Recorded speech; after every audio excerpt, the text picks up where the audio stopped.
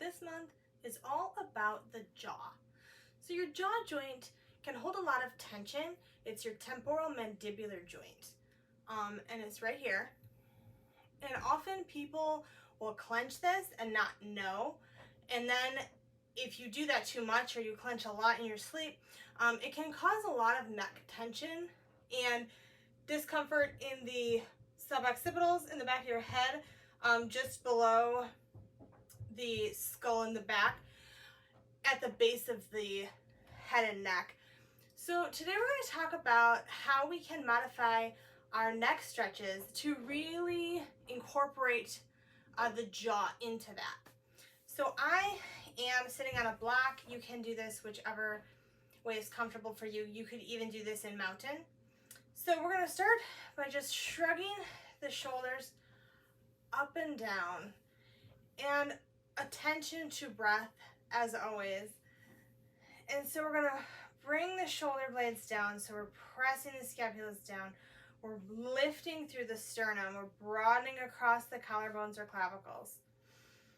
We're engaging through the belly, gently lifting the spine. Now, we can kind of check in here. You know, is everyone's head really far forward? Because that plays a role in the jaw too. If you watch, it's all connected. So we're going to bring our head, so our ears are over our shoulders, shoulders over hips. Now, we can always kind of warm up the jaw if we wanted to just do some open and close, like gentle. So we're engaging the muscles and we're waking them up, but we're not being forceful in any way, and we're not clenching our jaw together when we close. And then we can go side to side. And then bring your bottom teeth over your front teeth in the back end. And so you might hear some popping and some clicking, and that's okay. So a lot of people do. So we're going to start our neck stretches, and you can sit on your hand if you want. The idea is that we don't want this shoulder to come up, because if I don't actively hold it down, it just raises. So I'll end up tipping this way. So we want to actively keep those shoulder blades pressing down. Keep the rhomboids engaged in between the shoulder blades. And then we're going to keep this down. Now we could kind of hook here, but I feel like that's engaging unnecessary muscles. So you could always just sit on a blanket and then sit on your hand instead of a block. That would probably be better if you want to do that way. So we're going to stretch all through the side here.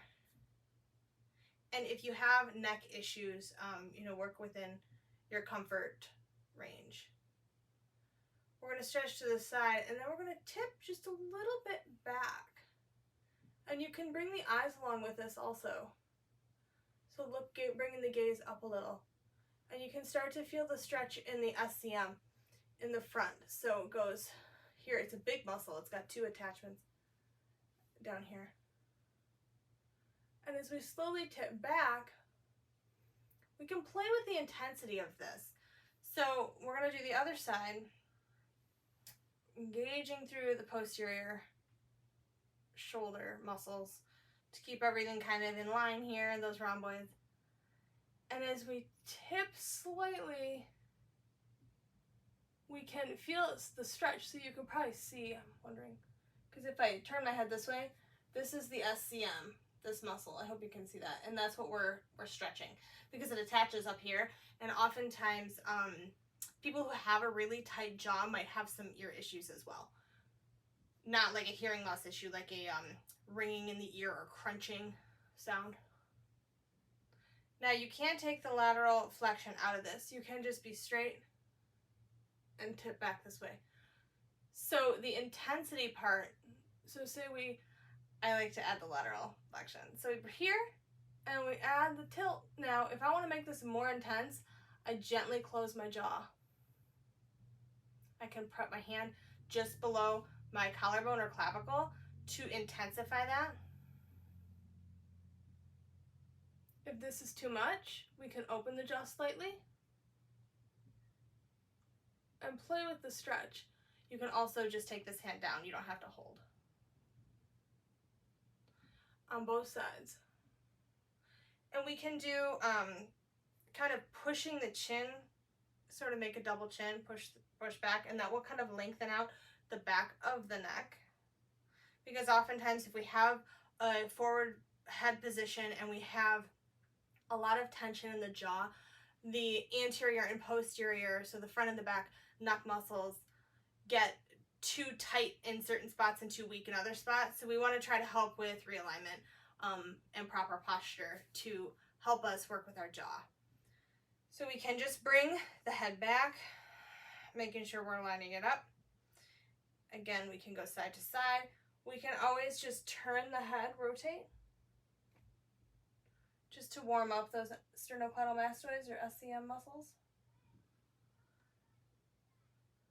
And look back, gently look down, and then we can look over to one knee, come back to center, and then slowly look over to the other knee. And you can add some pranayama. Some people will do, self-massage on the jaw, but I think it's a nice way just to bring some awareness and really incorporate it into our class so that we can become aware and more conscious that we are not constantly just clenching our teeth.